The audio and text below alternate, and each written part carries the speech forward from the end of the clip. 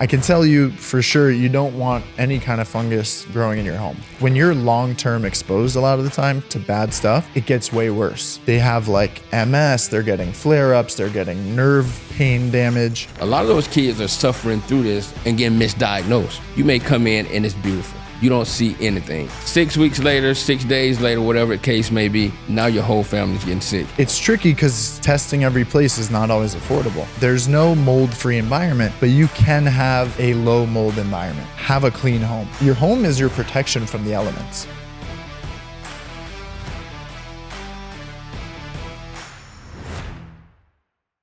Hey guys, welcome to the pod. This is Deonko Melvin. I'm with Pure Maintenance of Miami. We're a local mold remediation company. We really focus on dealing with hypersensitive people who are hypersensitive to mold. And man, we're real passionate about what we're doing. We seen it was a gap in the mold remediation industry from people not doing remediation the way it should be done. I'm not saying that they don't know what they're doing, but I believe people have not been educated properly on what they were doing. So I want to fill that gap of being educated to be able to help people who are more sensitive. And then I met a counterpart who is just as passionate and is just as thorough as I am. That's why we have him here today. His name is Jonathan, known as the Mold Assessor, has over 1 million views on TikTok. He's like a legend on TikTok, but he's here and I want to appreciate him for coming. Go ahead. Thank you, Deonko. Appreciate it. My name is Jonathan Dickler. Very fortunate to be here. I'm grateful for you having me, and to educate the world about environmental issues is really what I've always been passionate about. I'm fortunate to have now with Instagram almost 20 million views, which is so awesome for me. To share that message, is my goal, but I've always studied environmental issues. In college, I studied environmental science and policy. And then I decided I wanted to do law school to kind of put that stuff into action. So I did environmental law concentration in law school, hoping to become an environmental attorney. But I spend my time currently helping people heal in their indoor environments through mold assessment. So I really love it, and I really appreciate, having someone in the remediation industry who's on board and wants to spread this message about helping people heal. So thank you so much for having me. Man, appreciate you for coming. Man, I want to jump right into it. First off, I want to ask you, what got you into doing mold assessing? So great question. It was kind of out of the blue. It wasn't really a life goal of mine, originally.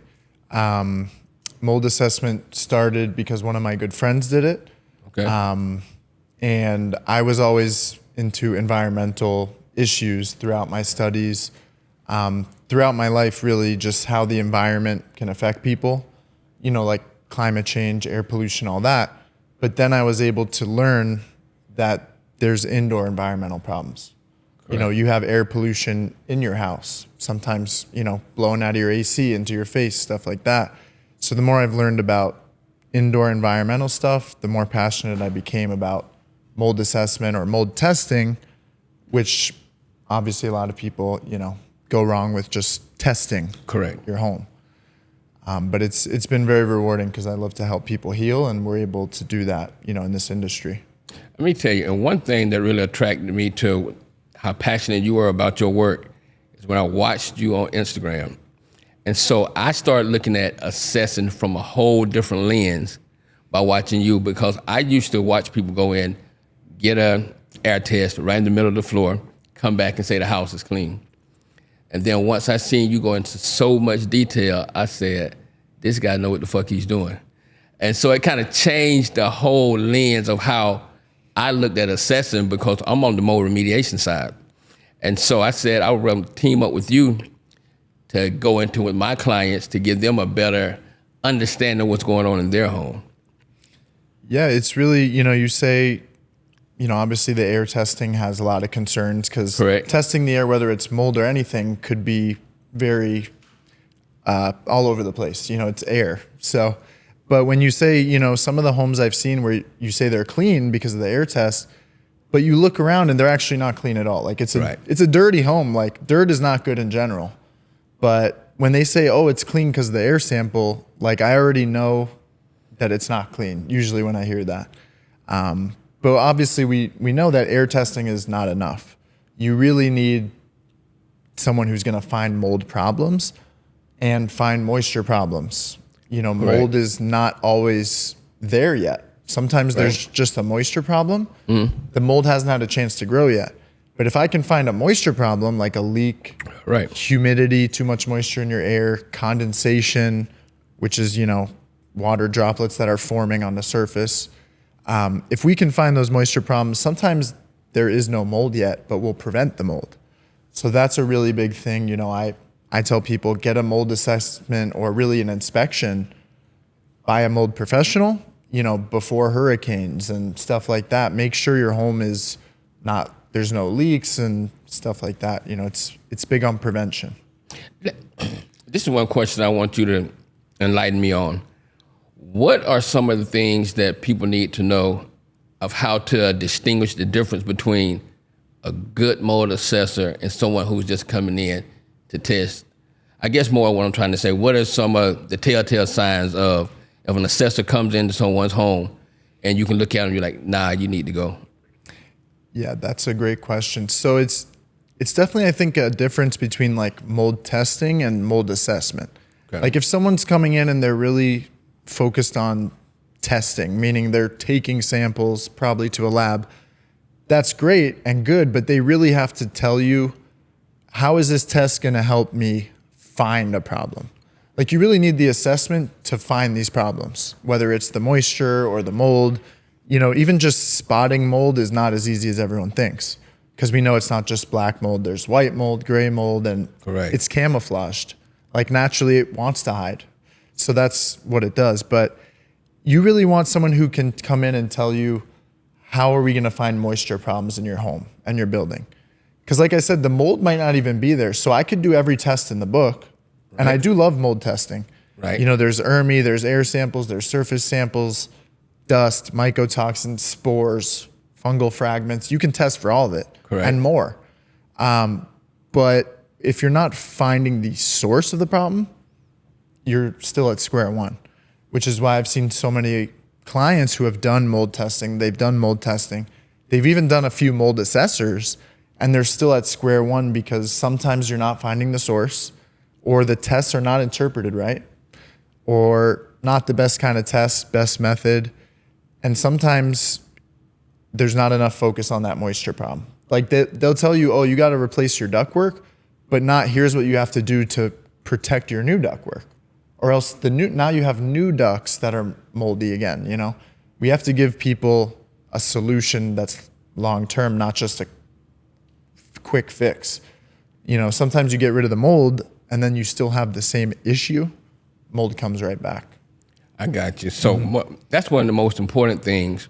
You always got to attack the source. But what confuses people though, and what I try to tell all my clients when we go in and do the remediation, if they haven't had someone like you to come in, I tell them the air quality test is not the only thing that your assessor should have done. He just came in here and tested it. So if your assessor comes in and says, it's gonna take us 30 minutes and we're in and out, and then we'll know if it's clean, I always say that's a telltale sign of you don't need that assessor in there.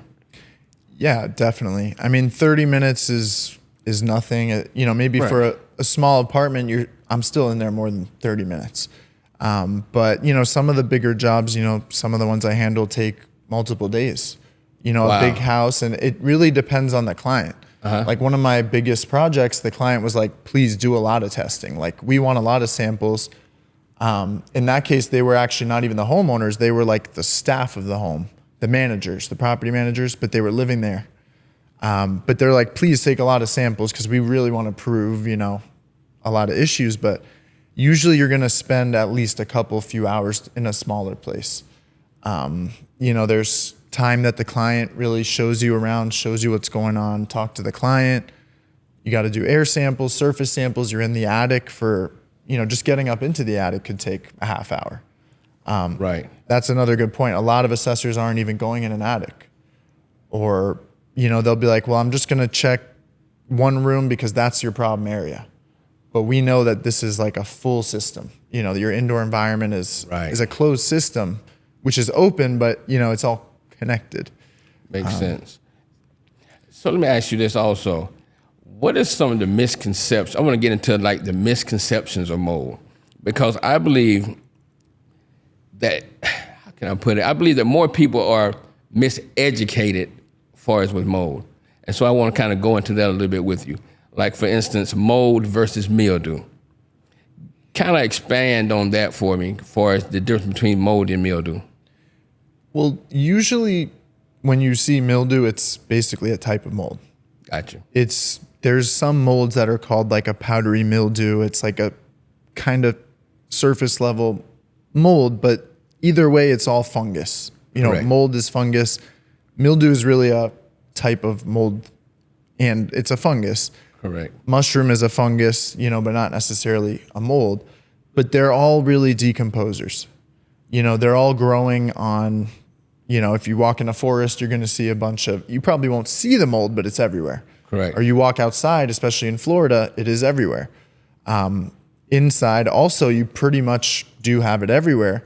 But sometimes it's just mold spores floating in the air and they haven't grown yet. But usually when someone comes into your house and tells you you have mildew, it is mold. It's usually a common misconception. Either way, it would be a problem. Whether it was or wasn't mold, it's a moisture problem. Right. So your house, these decomposers, your house starts to compost when it gets moist or wet. That's why you get a leak, you get the water damage. Then you start to get some of those nasty molds because they're decomposing your house. The drywall we use, especially in Florida, which is kind of a disaster. Right. The drywall is basically made out of sugar. Like it's a plant material, like a cellulose. I didn't know that. So that's why when it gets wet, mold needs something to consume. Organic material. Same for mushrooms or mildew, or it's really all fungus. I can tell you for sure you don't want any kind of fungus growing in your home. Like some people say there's good mold, like this is the harmless one, but why is there mold in your home? And, Right. that's really because of moisture. Right.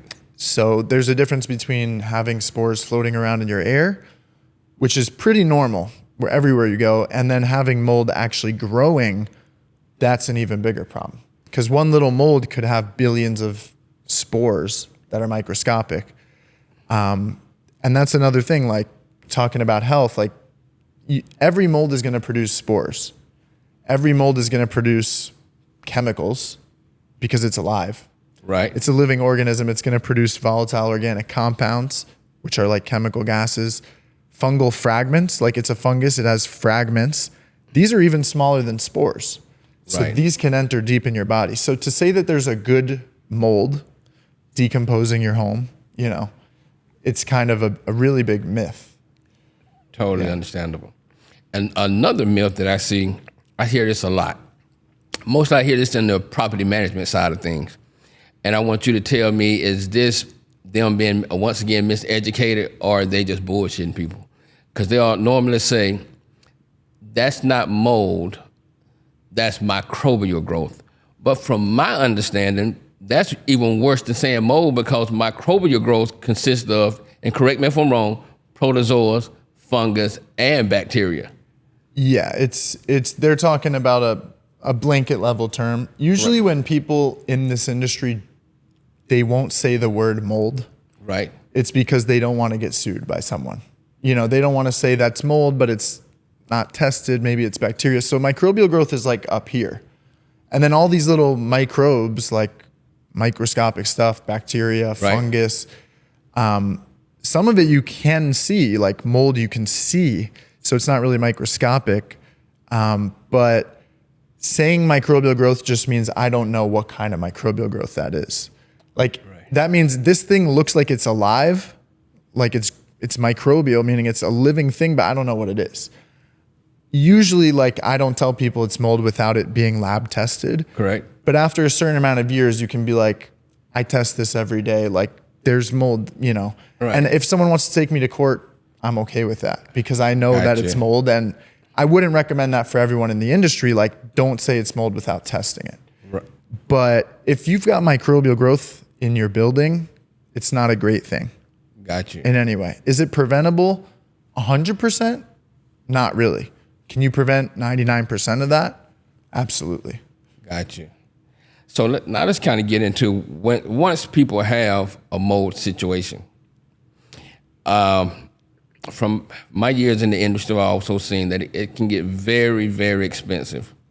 So in certain cases, people can't afford that. What do you recommend for people who can't afford a full remediation, but what should they do just to get them over?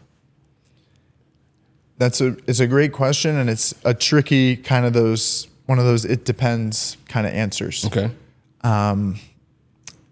You know, and you got to be careful what you tell people because of court and liability. And obviously I went to law school, so I learned a little more about what you should and shouldn't say. Mm-hmm.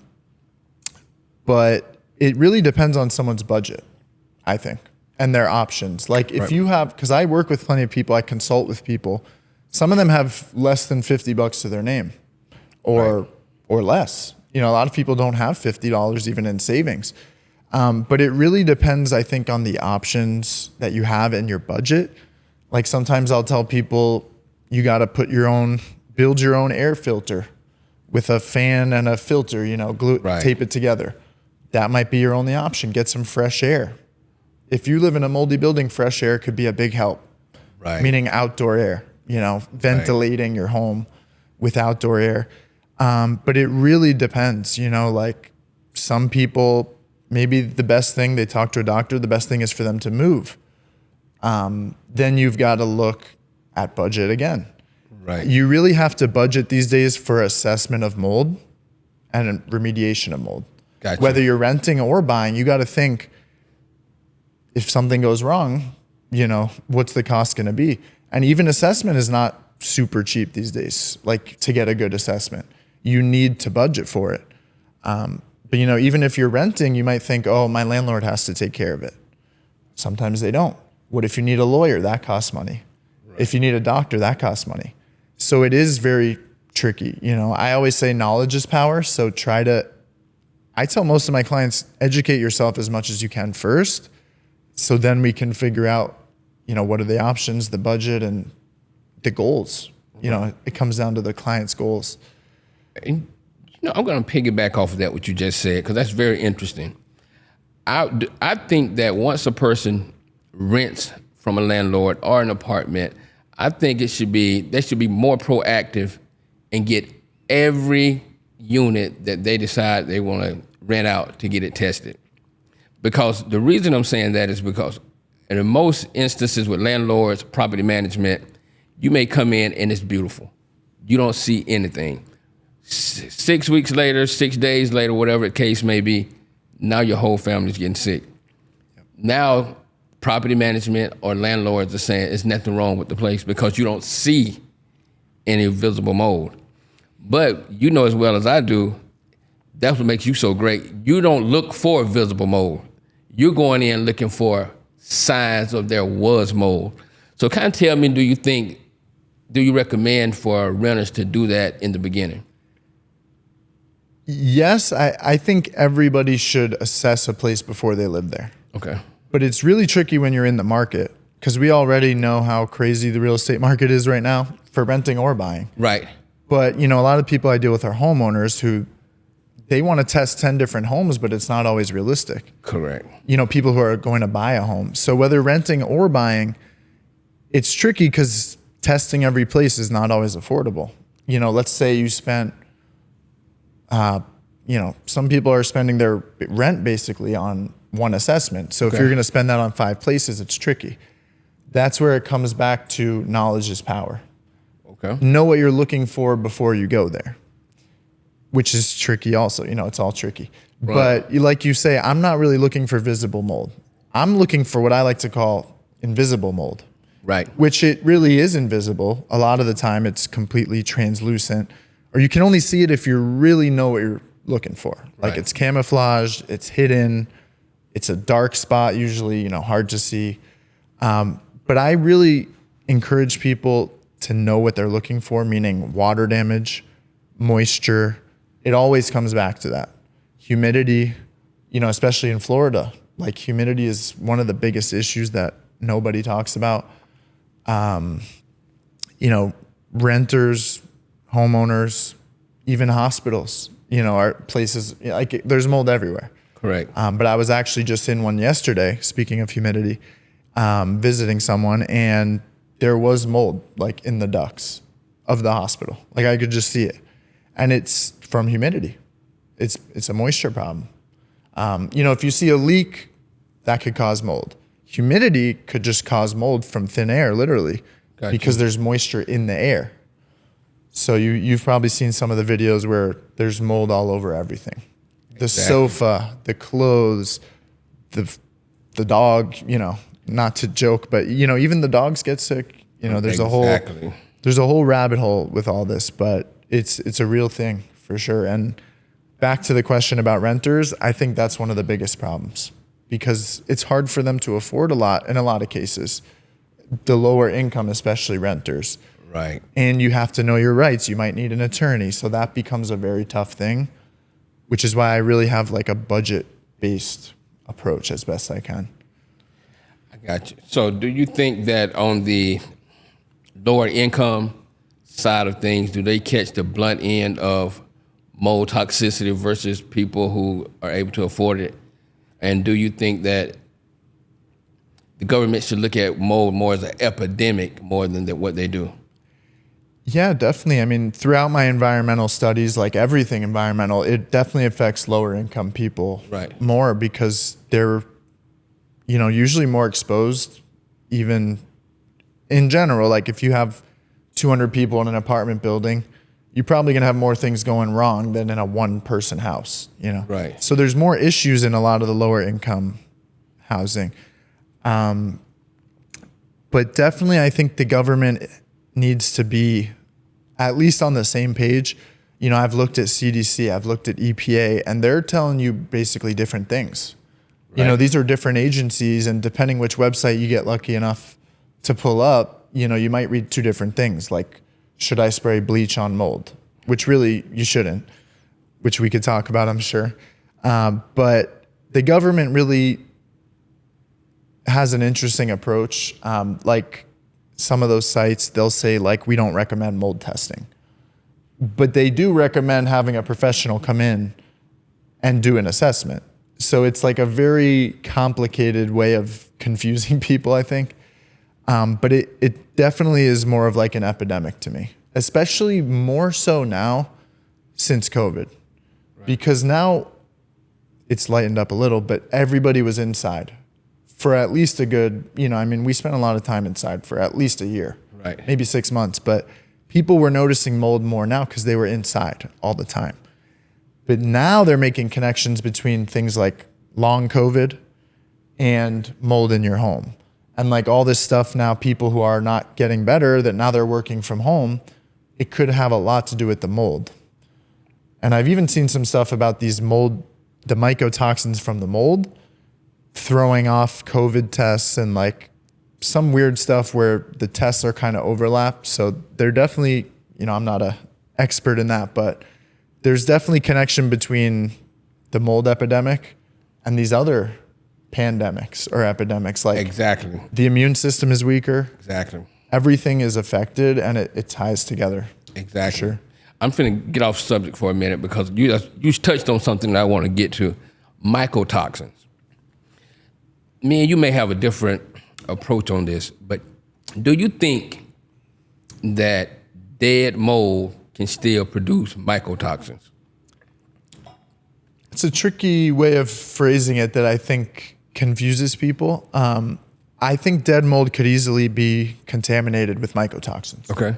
Like when you say produce, that kind of, to me, sounds like it's alive. So it's producing. Right. But let's say you got some dead mold and then let's assume there's mycotoxins. There's not always mycotoxins, but more and more evidence shows that there usually is. Let's say you have a pile of dead mold and you sweep it with a broom. Maybe it's not producing toxins, but if you sweep it up into the air, now all the toxins that were there are still there and now they're swept up into the air. So the toxins don't really die necessarily. And whether or not the mold is dead is usually very questionable Because people will tell you, well, it's dead mold. But the second it gets like a drop of water or the right humidity, you got spores growing, and it's really never going to be a dead issue. Like if you've got dead mold everywhere in your home, that is not good. Like just as much as live mold, you don't want dead mold. You know, what's going to decompose the decomposers that are dying all around your home? Bacteria actually will come too. If you've got dead mold, like there's also a little war between bacteria and mold. They take over, they fight for resources. So if you have dead mold, there's just as good of a chance you'll have bacteria. So you don't want definitely those kind of conditions. The spores also, not just the toxins, but the spores, those can last a long time. So those spores will basically seed into mold even if it's dead, you know.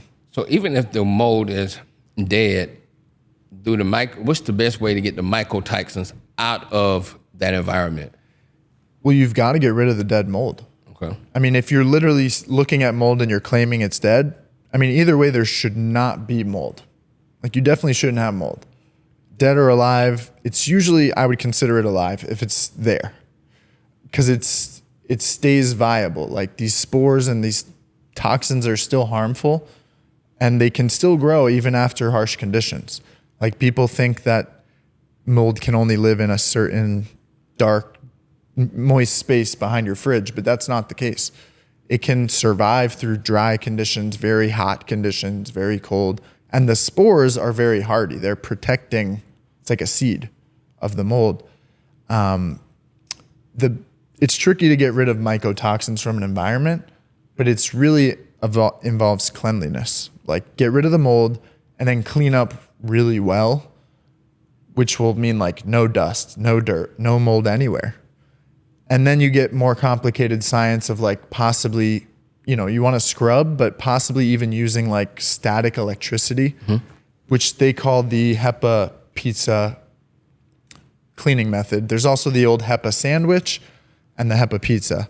But they're basically using at the end of the cleaning process, which we know is a thorough cleaning, like a dry microfiber cloth to capture and hopefully create some static electricity to get those toxins up. But it's really about cleanliness. End of the day, again, no dead mold everywhere. You know. Got you.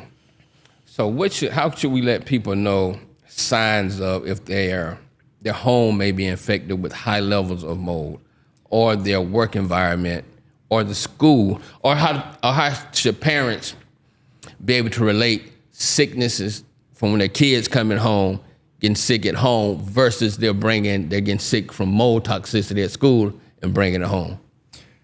That's tricky because there can be, I feel like I've said tricky 1,000 times, but it is tricky. But there could be multiple sources at once. You could have mold at home, get in the car to go to school, you could have mold in your car. Get to school, you could have different kind of mold at school. Then you go to, there's mold everywhere. You go to the playground, guess what? There's mold outside too. And you really want to know what to look for, the moisture problems. Like if your kid's school is water damaged, all the tiles are turning brown and they're falling and there's holes in the walls and we're looking for moisture problems. Right. Like I said, there's not even always a mold problem. You could have a place that just got flooded yesterday and there's no mold yet. But if you saw that, or that's a good example, flooded places, water damage, it always comes back to moisture. You won't always see the mold. And of course, that's why you should hire a professional, but you got to know what to look for first. The professionals aren't always right. I'm not always right. I think you are, but I'm sure there's some examples of, you don't always want to put all your faith into a professional. You always want to have a little bit of, hang on, I know what I'm supposed to be looking for. Does this seem right? The second part of it is really the symptoms, which is broad. Because we talk about mycotoxins, which mold can and other fungus can produce mycotoxins, MYCO, mycology. Mycotoxins can affect your whole body, your brain, throughout your body. So it's really causing symptoms throughout. And that could be behavioral, personality, sleep. We're seeing things about like behavioral disorders that people previously thought were just, you know, that's how it is, that are actually getting reversed, whether it's, you know, like even things, autism, ADD, just focus problems, even really bad stuff like cancer. And So that's been linked back to mold? Yeah. Mold toxicity? Yeah, and hopefully the podcast platform is open to me saying all that, but that's what we've seen in the research. And, you know, aflatoxin, one of the biggest mycotoxins prevalent, I think aspergillus and these common molds can produce it. White molds can produce it, but it's actually considered the most carcinogenic substance, I think, that is known. So it's causing cancer, and you'll find that in food too. That's another aspect that nobody really talks about, is like there's moldy peanut butter, there's moldy bread, but you don't always see it, but it's mixed in there. But so I tell people, the body can be a good indicator of the building. Meaning if you go in and you guys are sick, they might tell you the building is clean, but it's probably not. Like the symptoms should be your guideline, but you don't want to get sick. But if you are, that's how you could assume. Like if your kid's always getting sick at school, what are the chances that the school is perfectly clean? Got you. So give me your top 5 symptoms that you could just give people that may be related to mold toxicity. Great question. Well, I think I have a top 5 of like the typical ones that like you haven't had a super long-term bad exposure. Right. Which is probably like headaches, sniffling, sneezing, like the typical allergy stuff, but like a lot of skin issues, like eczema type, acne, sort of like rash, severe ones. Skin, like the being tired all the time. But the opposite side of it, like the top 5 worst stuff, because there's a difference, like when you're long-term exposed a lot of the time to bad stuff, it gets way worse. And a lot of what we're seeing, and some people say it's crazy, but it's like immune problems. Like a wide range, like all these people get a lot of diseases right now. They say it's autoimmune. A lot of that we're seeing from environmental stuff, especially mold. Like a lot of the people, we have mold. I see it every day on social media. They have like MS, they're getting flare-ups, they're getting nerve pain damage. So I would say some of that autoimmune, the neurological, like people are seriously hallucinating, seeing things that aren't there, like schizophrenic type things. Like the reason for a lot of that is neuroinflammation from the mycotoxins and the mold. Really, whenever your body's under attack, it's kind of inflamed. But once your neurons are in your brain is becoming affected, and it does, people start to like change in their brain. So that's why some things that people are historically told not reversible, never going to go away. This is how you are. You're special. A lot of this stuff kind of can be reduced or reversed. And I've seen like firsthand, like the autism thing, for example.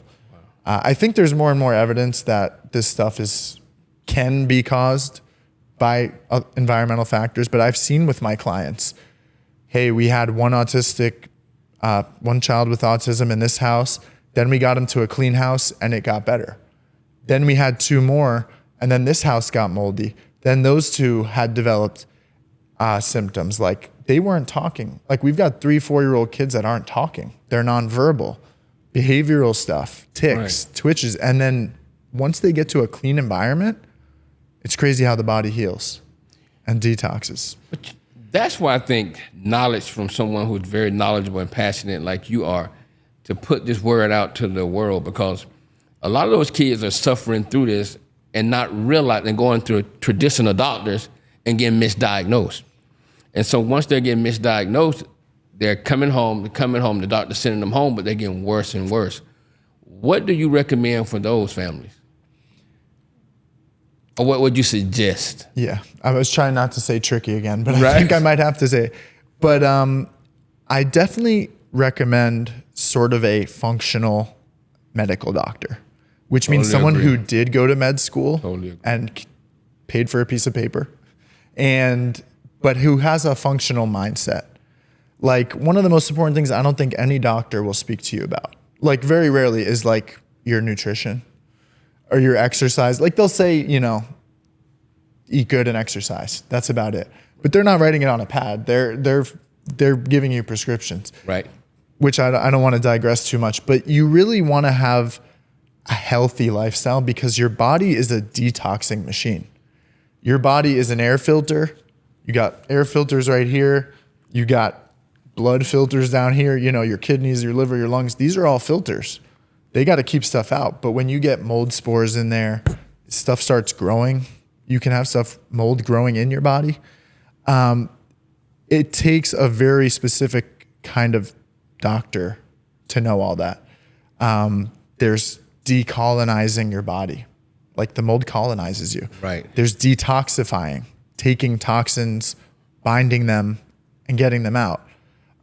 There's all kinds of things, but we do see, unfortunately, a lot of medical doctors don't know this stuff. Like the typical pediatrician, here's a Tylenol, you know, that doesn't address the problems.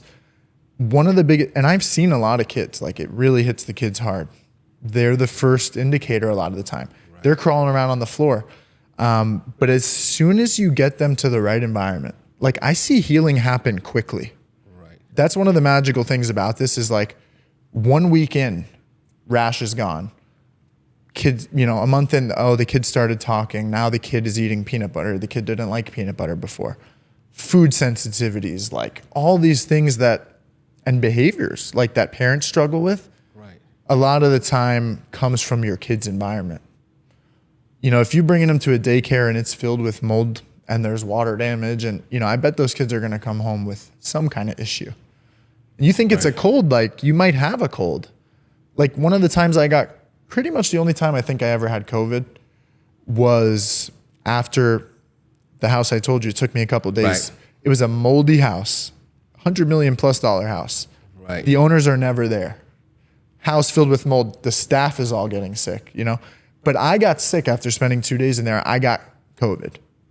So you got to think like, if you're going to be under attack from your environment, your immune system is off and the kids are susceptible to dogs.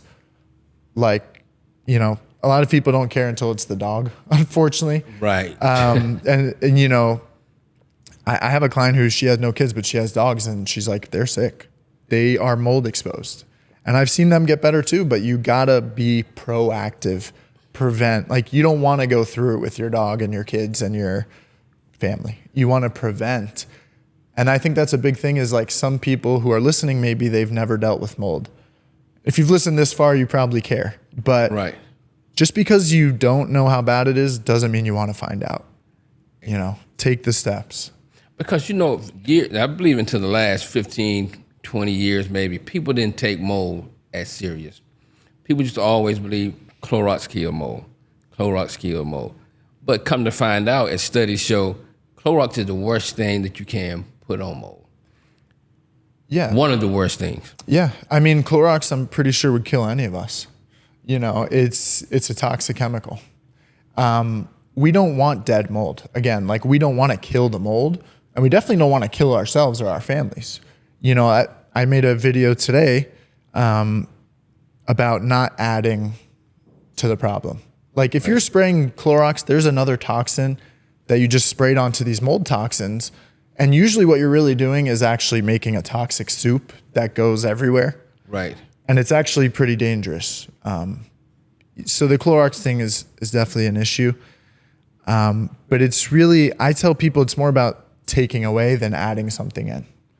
Like take away these toxic molds and the particles and the toxins and the dirty air. Get rid of all the bad stuff. Then you can do like dehumidifier and HEPA filter, but you're not pouring a bunch of chemicals. You know, you got to address the source. It's kind of like literally pouring fuel onto a fire, especially when you consider like most bleach is water-based. Exactly. Or even if you look at some of the government recommendations, add 1 cup of bleach to a gallon of water and then pour it, you know, wipe it all over the mold. But water is the fuel of mold. Exactly. Just like fuel to a fire. If you're putting water in that situation, you're probably making it worse. especially if it's like a piece of drywall. That cellulose, you get it wet, it'll just start falling apart. So you really have to have professionals with mold. The worst part is that it gets worse. If you try and, I'm going to do this myself. I'm going to order my own test. I'm going to bleach it. I'm going to order Uncle Joe to cut my walls open. Then the problem gets worse because now you made a mess. Now you made a disturbance. Now that everyone's exposed because this stuff goes in the air.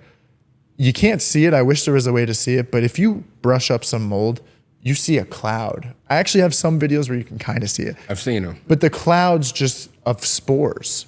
You can't see them, but if they're all in a cloud, you can see them.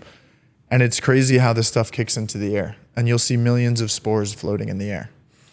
And it's one thing that I want everybody to start trying to understand is that they want to call people mold crazies when you may have a family of 5, for instance.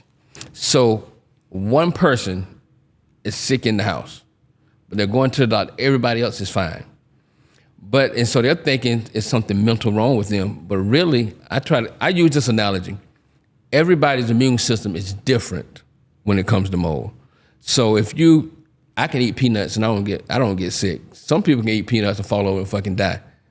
And so it's all just depends upon how your immune system is. And so come to find out, they're going to a regular medical doctor, but then the wife has mold toxicity inside of her, and she's really, really suffering. So I want people to really understand that they start taking it serious, take these issues serious, because if she wouldn't have went to a functional medicine doctor, no telling what might have happened to her. And people need to take it. I guess the point I'm trying to make, just because one person is sick, that don't mean everyone in the house is sick from mold. Do you agree? Completely. I see it all the time. Right. For a number of reasons. I think there's the medical side, which is complex, different immune system. There's mutations, there's different detox, all that. But one of the most important things I think is the actual amount of exposure. Okay. Like a lot of time we'll see some cases, the woman is home most of the time. In a lot of cases, or a lot of the time, the husband's at work, common. Kids are maybe home, but you'll see the people with more exposure, like the wife is home all day. A lot of time it's the women that are sick. A lot of this tends to seem to affect women more. It's a very widely known thing. But I think a lot of it is because the women are exposed more. Like you're home more. It really depends on where the mold is. Like let's say some people have a moldy car, right, but they spend 8 hours a day in the car. Some people drive for work. So I think it really depends on your amount of exposure. Correct. And that could go for any mold. Like I'm not a believer that there's good mold or bad mold or that one is really toxic. Like there's one toxic black mold. No, there's many toxic molds of all colors. But I think it really depends on your exposure level. Like let's say, there is no good mold, but let's say the least harmful mold. Let's say you had it all over your house. You're still probably not in a good shape, Right. But I see it so often where one person is sick and the other person is calling them crazy, gaslighting them. Right. And it's a very common thing, and it scares people away from treating themselves. And I've seen people like, my husband's going to divorce me. He thinks I'm a mold nut. And then a month later, it's like, oh, now my husband wants you to come and do another mold test. It's like people get on board eventually. It's usually just a matter of knowledge. And, you might have a cough every day and just think, oh, that's my morning cough. Right. But really, people are sick and they don't even know. Or I'm tired at 3 p.m. Right. People don't always know that that's a symptom. Like in reality, you should have good energy throughout the day. You shouldn't really have sniffles and sneezes. You should have clean air and surfaces. So even if it's just one person, that's like a early warning sign, hey, maybe someone else could get sick here too. Tell the people, once you done got a mold remediation done in your home or your business, how can they tell if it's truly been done properly? Because my issue I've always had is when traditional mold remediators come in and they're contained off an area and then run air scrubbers, then spray something down to knock all the mold down when someone comes in to test and say, oh, it's clean, but the rest of the house is dirty. So how can they decipher if the mold remediation has been done properly? Well, definitely, I would say third-party assessment. Someone like me, not to just toot my own horn, but Right. the only way to know if someone did their job right is a third party. Meaning, it could be anything. Like, let's say you're building me a house or you're selling me a car. Like, usually it's good to have a third party to watch over it. Okay. But so a third party assessment is super important. I see a lot of remediators who will do their own testing. Got you. Or maybe bring in their own remediator, their own assessor, sorry, which can present like a conflict of interest. You really want to have the best professional come in and say, hey, you know, the goals of the remediation were met. The surfaces are clean. The air is clean. There's ways that these things can be hidden. Like it's possible for a remediation company to kind of paint over stuff, kind of contain stuff away. Right. And the assessment has to be done right. The protocol has to be given right. Like, for example, you don't want to clean stuff up and rebuild before the assessment. You want to clean up, then do the assessment before you start painting over stuff, encapsulating. So definitely good to have, you know, an extra set of eyes. Got you. Well, Jonathan, I believe that's it for me, man. Anything? How can we know it? How can we find you? How can everybody find you? So I am on Instagram at Mold Assessor. I am a licensed mold assessor, so that's my name, Mold Assessor on Instagram. Okay. Also on TikTok, Mold Testing. And we'll put some contact info, I'm sure, hopefully in the caption. Okay. But very reachable. Last thing. Please let everybody know that it's no such thing as a mold-free environment. I hate when clients have assessors or remediators come in and say, once they leave, we're not going to have any mold in their house. Please clarify that for me. Yeah, definitely. I think it's a really good, super important topic. You know, we live on a very fungal planet. There's fungus everywhere. There's mold everywhere. Maybe not Antarctica. You can probably find some spores that floated there. But there's mold everywhere, but that doesn't make it good. You know, there's no mold-free environment, but you can have a low mold environment. That's what I tell people. Live a low mold lifestyle and have a low mold environment. So what does that mean? How can I do that if there's mold everywhere? Have a clean home. Your home is your protection from the elements. It shouldn't be moist, wet, damaged. Have a clean, safe, dry. Dry is key. Correct. That's how you really have a low mold environment. If you know, I could go into any building and you're going to at least find spores. These are microscopic spores. You're never going to get fully away from it. Right. But you can always reduce exposure. That's what I tell people. Whatever situation you're in, whatever the budget is, try to reduce your exposure. That's really the best advice I can give. Got you. Hey, man. Appreciate you for coming out, brother. Appreciate you. Thank you. My pleasure.